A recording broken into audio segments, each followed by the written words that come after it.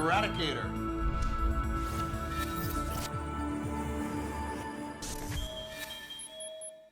Buddy Farrister. I really like this guy.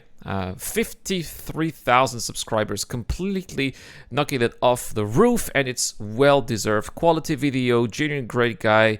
I really like what he does here. And so, he says that he has been waiting for 10 years for Star Citizen. Now, I am an original backer. I have been waiting for 12 years for Star Citizen. So, let's see if I agree with Farrister, who's basically celebrating his decade as a Star Citizen backer. The 8th of August 2024 is an important date in my relationship with Star Citizen.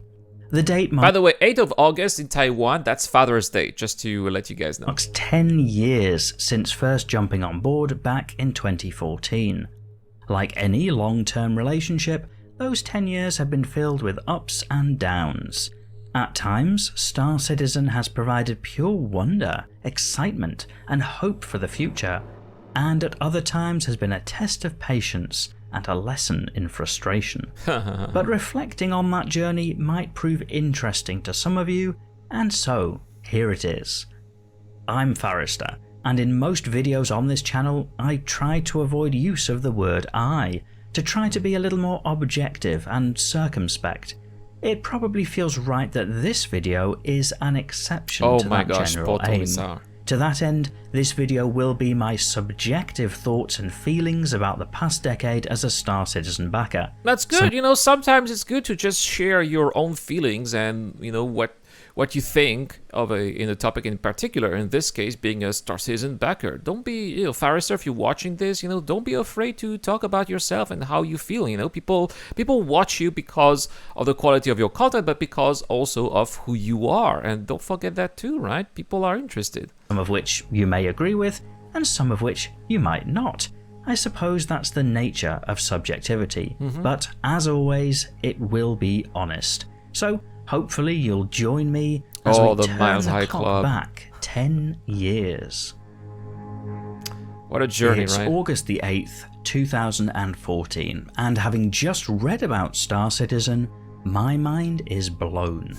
This title promises to be the greatest, the That's how I best felt damn too. space sim ever, and will be purely focused on a PC experience, meaning no compromises to mass market to consoles, offering unrivaled support for high-end graphics and custom hardware. They better The stick game to will that. offer a living universe of possibility, all experienced from your character's unique first-person perspective.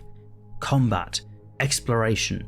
You'll even be able to group up to operate larger ships as a crew of people working together. Nice. It didn't take me long to be sold on the idea, and so my first game Yeah, now little did we know, of course, that it would take so long back in those days. But still, you know, the idea, and especially the fact that no other game company is making a game like this, is still very compelling and very attractive. And we have never been so close to finally seeing that vision realized. And yeah, it took a long time, but it's also been an amazing amount of work, and being able to experience that firsthand, being able to witness that also as a backer, I think has been very wide opening. And I think that it's not just the destination, right? When you are on a long journey like that, it's the journey itself. And I think that the journey itself, when it comes to the creation of Star Citizen, has also been extremely satisfactory, for me at least. purchase was sat in the hangar, the Origin 325A. Which was not this ship at that time in 2014, it was the original Origin 300 series, which in my opinion was much better looking than this here, which looks like a toy. And it was quite literally sat in the hangar, There you because go. the first thing to download for Star Citizen was the hangar module. At this point I have to make clear, I wasn't making any YouTube videos at this time, and frankly, Star Citizen was renowned for producing terrible frame rates, so Yeah. much of what you'll see of this early period will just be snippets and screenshots, but hopefully they give a perspective. Oh, I Walking love the around original the hangar, seeing that little ship, climbing on the back to look around, the imagination ran wild. And that Same for me. I remember the hangar module. I was sitting in the cockpit of my ship, and I was just imagining like, oh, one day that door is going to open. And I remember the days, first time we got into our hangars and then the doors really opened. Oh, that was so cool. That was really cool. That imagination of a future of infinite possibility was what first got me into Star Citizen, but is also the Achilles heel of the game for many. But we'll come to that soon. Back in 2014, the game is taking me days to download, and so the day after making my very first purchase, another $5 goes to the project to pay for the Arena Commander module to unlock that functionality. Oh, he did not For those get it not included. satisfied with simply enjoying the beauty of the ship in their hangar, this relatively recently launched module back then gave players the chance to actually fly their ship in space. True 6 degrees of freedom movement. It was awesome. Detailed, complicated And PvP flight fights. model. The best pilots who truly understood the gamut of fine controls of G-safeties and ComStab, of coupled and decoupled, those pilots were revered amongst the community as masters of the IFCS. For modern backers, some of that last sentence might not make sense, as one of the criticisms of the flight model changes that have happened over the years changed a lot, right? is that Star Citizen has moved much closer to being more of an aerodynamic flight model, like World War II dogfighting in space. But Although back I in still think that we were 2014, far from that. Flying was complicated and that was exciting to get into. So it was a wonderful experience to actually get into the hangar, explore the ship, and then start learning to fly and fight. By the way, warning guys, unpopular opinion here. I think for me, the peak of Star Citizen flight model was when we had the VTOL thrusters, the VTOL update. I think it was 3.6, Star Citizen FI 3.6. I loved the VTOL mode. And when we were just, basically our ships were flying almost like helicopters, and it was so much fun. First, I remember spending 1 or 2 weeks trying to understand how it worked, and it was super hard. I crashed so many times, and then I understood how the ships work, and it's just like flying like this and positioning yourself just above the hangar, managing your thrusters so you can have a nice landing. It was so cool, but it was super hard to learn, and there were of course a lot of complaints from people who did not understand how it worked and how it ruined the flight model. But for me, that was peak Star Citizen flight model, and after that it had never been so interesting. I was not so much interested in flying ships in Star Citizen anymore after 3.6, unfortunately. More interested into the FPS combat and the whole life in the verse experience. But I get where it's from, and I get what people are saying when they had this flight model that they really liked, and for them was exactly what they had imagined when it comes to flying a ship. For me, that was the VTOL update. But yeah. Over the next few weeks it's and a personal months, thing. reading more about the game, chatting to people on the forums, yes, forums long before Spectrum came along, I got deeper and deeper, upgrading to a Constellation Phoenix as a fancy Oh wow, he got a Phoenix, right? multi-cruise ship, upgrading again to an 890 jump Oh my goodness, Farrister. luxury yacht, and imagining all of the possibilities of exploring the stars with friends. I used the 890 jump as the 890 destroyer. I had very quickly gone from spending $80 on a starter pack to having spent hundreds on the idea of a luxury space yacht. But again, nothing forces you, if you're not familiar with Star Citizen, nothing forces you to spend so much money. People spend so much money because they want to support the project, and that is basically it. All of the ships, you can buy them in-game if you if you play the game. That's as simple as that. Play the game, earn money, buy the ships in-game, and that's it. Then came the end of November 2014 with something that really blew my mind. During my time reading all about the vision of Star Citizen, I'd come across the concept of the Idris, a large corvette/frigate with a big railgun at the front and a long through-deck hangar for fighter craft. A select few had purchased them already for $1,000 or more, but the idea was that this would be an endgame raid-style content for large groups of players to man and operate. We're still waiting for an it. actual capital-sized warship in-game. The idea of that sounded great, and I had joined an organisation to help crew one once they were eventually available in-game. But at the time, the Idris model looked kinda gangly, a little bit awkward, and quite reliant on the railgun at the front. But in November, an article came up which showed a new, bigger warship designed by Dave Hobbins. Oh, the Javelin? The Javelin class destroyer. Oh, yeah. This ship immediately captured my imagination. Not only did the launch document talk about how multiple people would need to work together to crew this ship, but it had a detailed deck map which talked about all of the different functions that people would fulfill. It was a ship that would kinda do a bit of everything whilst being well protected, and most importantly, the Javelin looked awesome. Oh yeah, it does. The visual style just captured me. It still does. Inevitably then, following a rocky sale experience. Plus the thing is, oh, don't tell me he bought a Javelin. Come on, Farrister. You got a Javelin? Seriously, man? It sat in my hangar. Oh, no, he does. Oh, my gosh. This ship is like over $2,000. Hey, you know, at least he got it when he was probably cheaper than it is now. So by the end of 2014, within a few short months, I'd discovered the game, played some of the early modules, and quickly become incredibly invested to concierge level. For the uninitiated, that means I spent far too much on a video game that wasn't right? out yet. There's like a gazillion hours of me on the internet. In almost every case, I'm talking about the universe.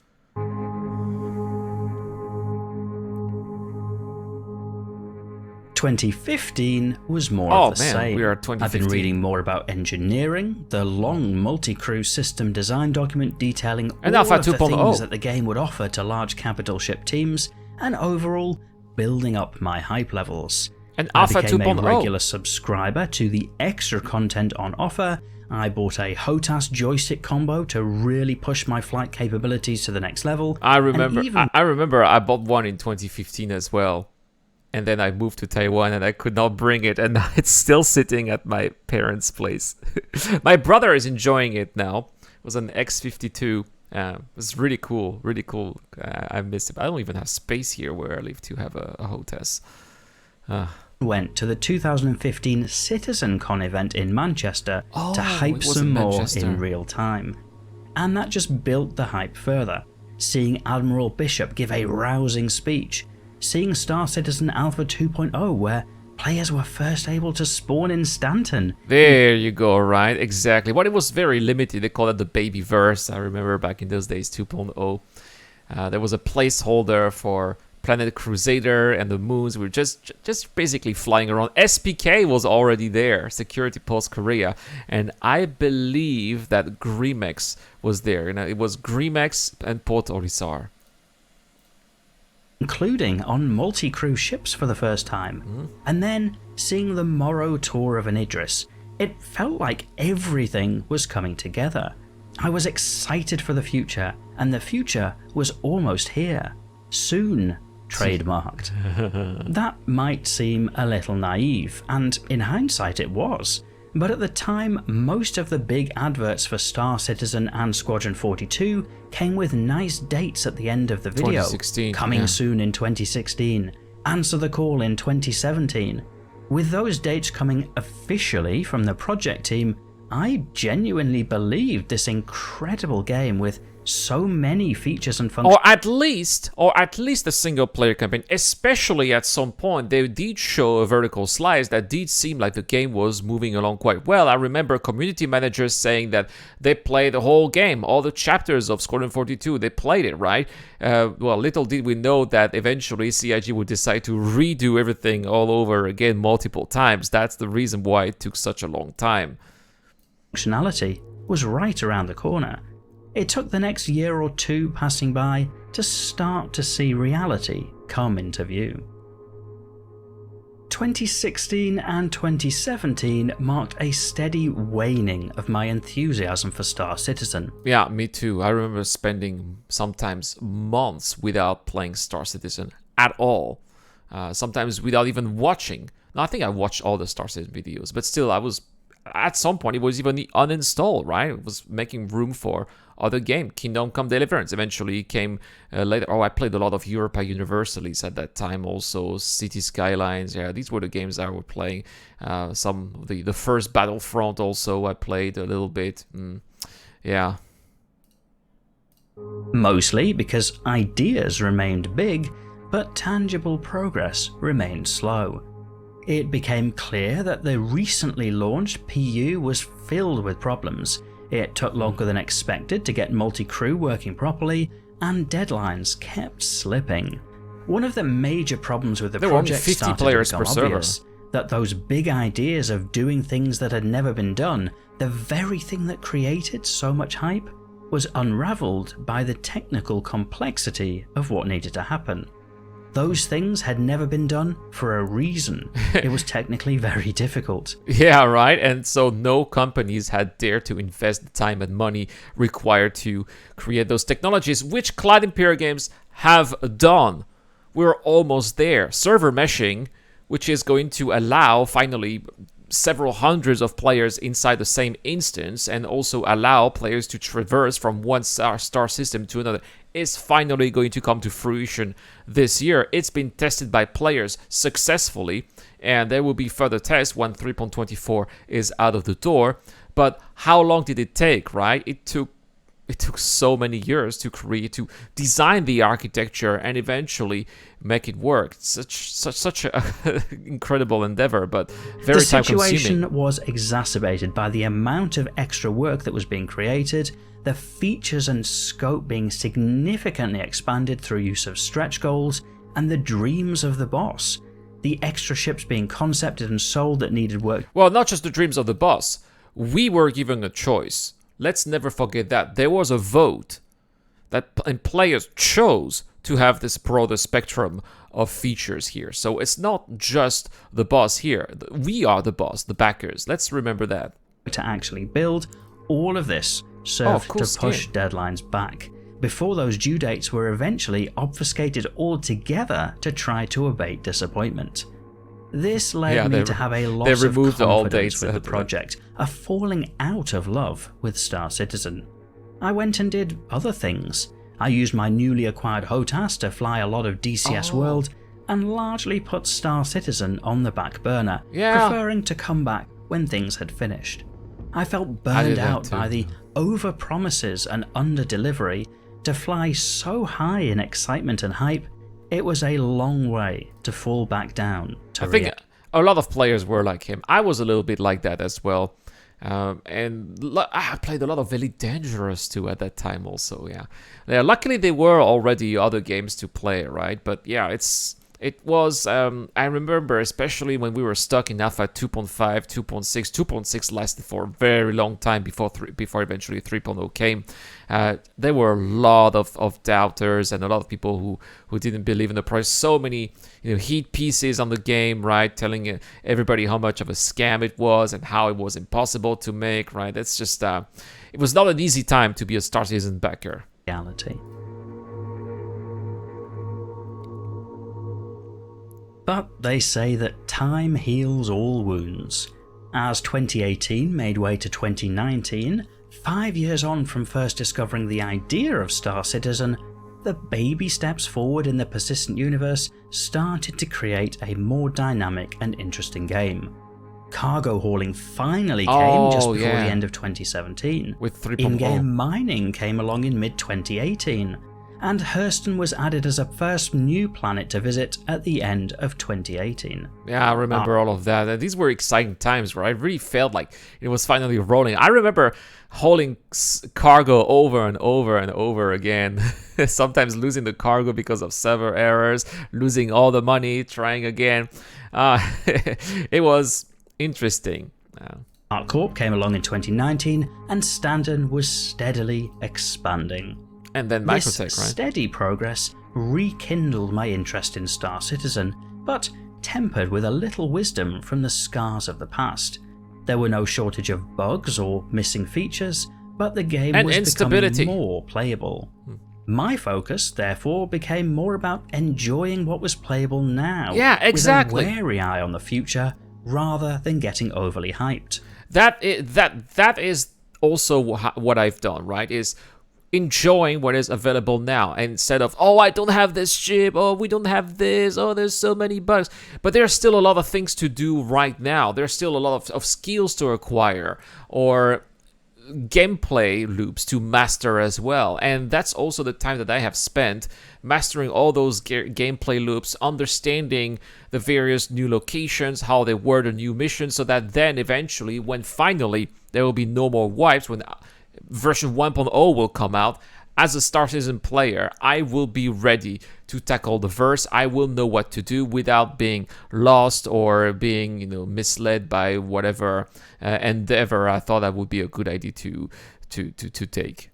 Rolling into 2020, I started making some YouTube videos about the game and some of the ships therein, for which some people seemed interested in my thoughts, and so playing the game to cultivate that new online community became a reason to continue. Roll forward to today, and broadly that's still my approach. I'm excited by the possibilities of the future for Star Citizen and Squadron 42, but until it's in my hands, I reserve judgment. It's a common theme of my videos that I focus on what's in-game right now, and that's rather why than his the videos are promises or enjoyable. beliefs of what might happen in the future. Not least because many of the things that some players are convinced will happen are based on some very historic statements, and frankly, might not actually happen anymore. And I think that we've seen that with the pyro system. I remember when we were first introduced to the pyro system, we were like, oh, this is a lawless, dead system. It's burnt out by its start. It's only going to be a few pirates there. And turns out there's going to be life everywhere. Right? So the pyro experience that we're going to have when it comes out later this year is completely different from what we were pitched almost a decade ago at some point, when we first heard of the pyro system and the many other star systems that will populate eventually the Star Citizen universe. So yeah, he's right? It's really not a good idea to take for granted everything that we were told in the past decade by CIG themselves. By actively playing what's in our hands each and every patch, that's where I get the most value from Star Citizen. Back in 2014, I spent a small fortune on the idea of a game, and just like many of you, I'm still waiting for much of that idea and many of those ships. But what I'm playing right now... But also, people like Farrister or like myself, who did spend fortunes on this game, are also the biggest contributors to this game. We are the ones who make this possible. We are the ones who... I'm not trying to downplay the people who have only spent, a base game package, and good for you guys. That was actually the wise thing to do. But in the end, the whales, right, the big spenders are the ones that CIG are counting on to keep the project running, at least until a certain point where it can finally self-sustain itself. But right now it's still not the case. They still need hundreds, if not thousands, of developers to create all those gameplay loops, to create all those star systems, and create all the engineering that is going to make Star Citizen a reality eventually further down the line. Now, each and every week, I'm enjoying. It's not the complete package, far from it, and it's not without bugs. There are plenty of those too. But for me, Star Citizen as it is now is a fun game to play, warts and all. Every month that I'm enjoying playing the game for what it is, I'm slowly getting more and more value for that money with no ongoing subscription or server costs. At least, not currently. Oh, no. That's So, here we are, 10 years on, and a lot has changed. I really hope that this is, at least for backers, it's not gonna happen. If you join Star Citizen later, why not, right? If you have been someone who's been on the side, who've been hating on the game, and then realize maybe it's actually a game that you'd be interested in playing, like when we have 1.0, okay, maybe for these players they should be a subscription cost, but for the backers who have who are making this become a reality, there should be no subscription. We already contributed so much. That should be at least something that should be given to us. I used to be a young man with a load of free time and a wild imagination. Oh yeah, now, me too. I'm a little older, arguably wiser, with a skeptical but cautiously hopeful eye on the future. The one thing that has been an absolute constant during the last 10 years, however, has been the people met along the way.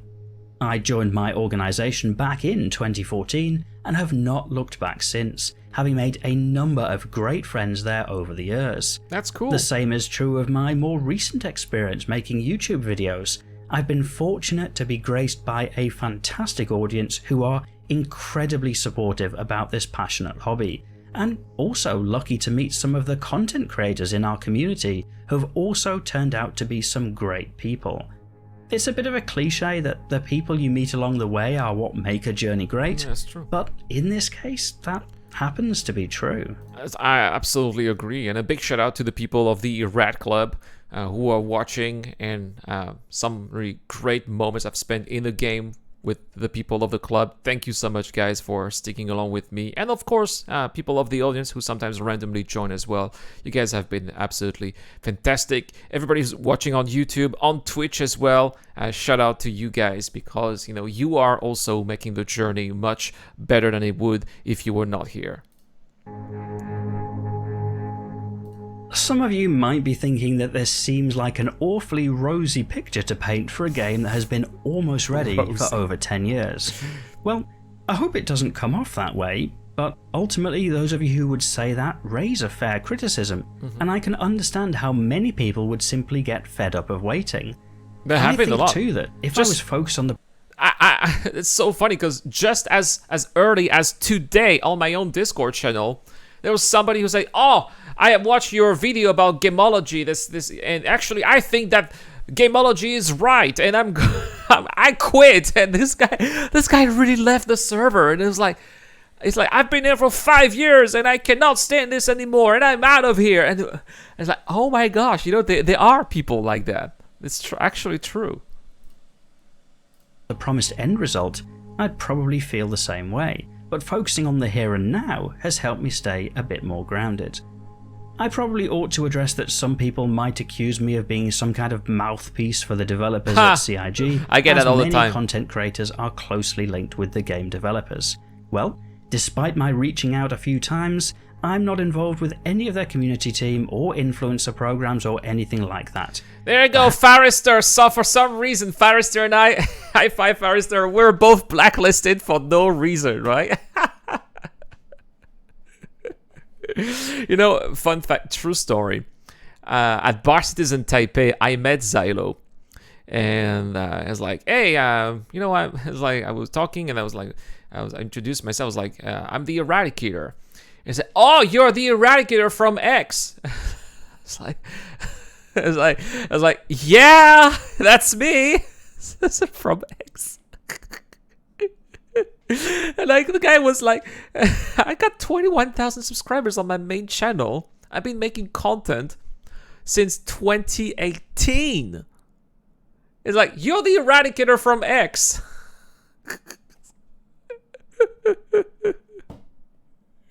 And I think the reason why is because CIG focus almost exclusively on Twitch. That's the thing, right? And that's why I'm actually trying to build up a little bit Twitch as well. First, because I don't have so much time for YouTube anymore, and also I think that it's maybe a better platform for Star Citizen. I don't know. Maybe you guys let me know as well in the chat or in the comment section down below. But I find especially Farrister is a much better video maker than I am. Obviously, he's a native English speaker. I'm not, so it also sounds better too. I cannot fathom why he is not in any programs of CIG. I mean, I can understand I'm not, because I'm not as big as him, and sometimes, I always speak my mind. If I don't agree with something, I would say it, and sometimes it probably got me into trouble. But Farrister has never been as extreme as I could have been sometimes in the past, so I don't understand why he's blacklisted as well. Perhaps that's because I'm too honest sometimes, like today, about the good and the bad. or perhaps simply because I'm just a random guy making videos about a game I enjoy. It's a shame, but regardless, it means I can openly say I've had no involvement with the developers at CIG in my capacity as video guy, and so these thoughts are entirely my own. Same here. Ultimately, the most important thing I've learned is that everybody has their own relationship with this game, for better or worse, for richer or poorer, in sickness and in health. And it is for each person to decide whether they're happy with what we have, are excited by the vision, or disappointed with the delays. All of those positions are valid to me, as somebody who has been on that journey too. It's true. But for It's me, quite- what it's we a very have right subse- now it's a very is subjective pretty journey. good. It's far from problem-free, there's still an awful lot missing, but this game has managed to keep me playing week in, week out for the past few years. And there aren't many games out there that could say that. So, Star Citizen, here's to the last 10 years, here's hoping I might still be playing for another 10 years to come, and I think I speak for everyone watching in saying, I really hope you're officially released before then. I really hope too. But we're talking already about... There are already talks of version 1.0. I think it's going to come sooner than later. But anyway, a very good video from Farrister. Yeah, I know my microphone arm has still not come yet. I ordered it though, so that's why I have to still hold my microphone. But shout out, sir. If I had my hat, I would tip my hat for you. A very beautiful video. Thank you so much for watching, guys. Let me know in the comment section down below or in the chat how long have you been backing Star Citizen and what your thoughts are. That should be interesting to read as well. I'll see you guys in the next one. Have a wonderful day. Cheers.